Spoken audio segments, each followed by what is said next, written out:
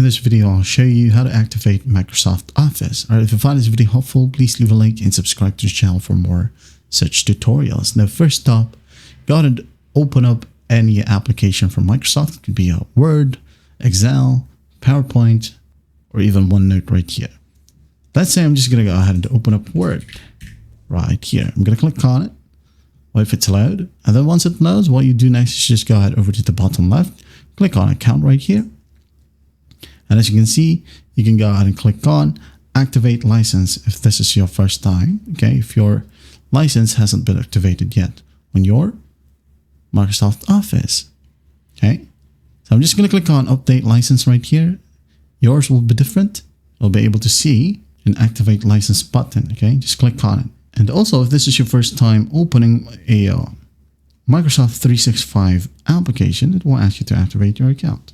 Okay, just got to enter your product key. Or, as you can see here, if your account, okay, or if your Microsoft account already paid or already bought a license for your Office 365, it will be automatically tied or activated when you just go ahead and sign in with your Microsoft account right here.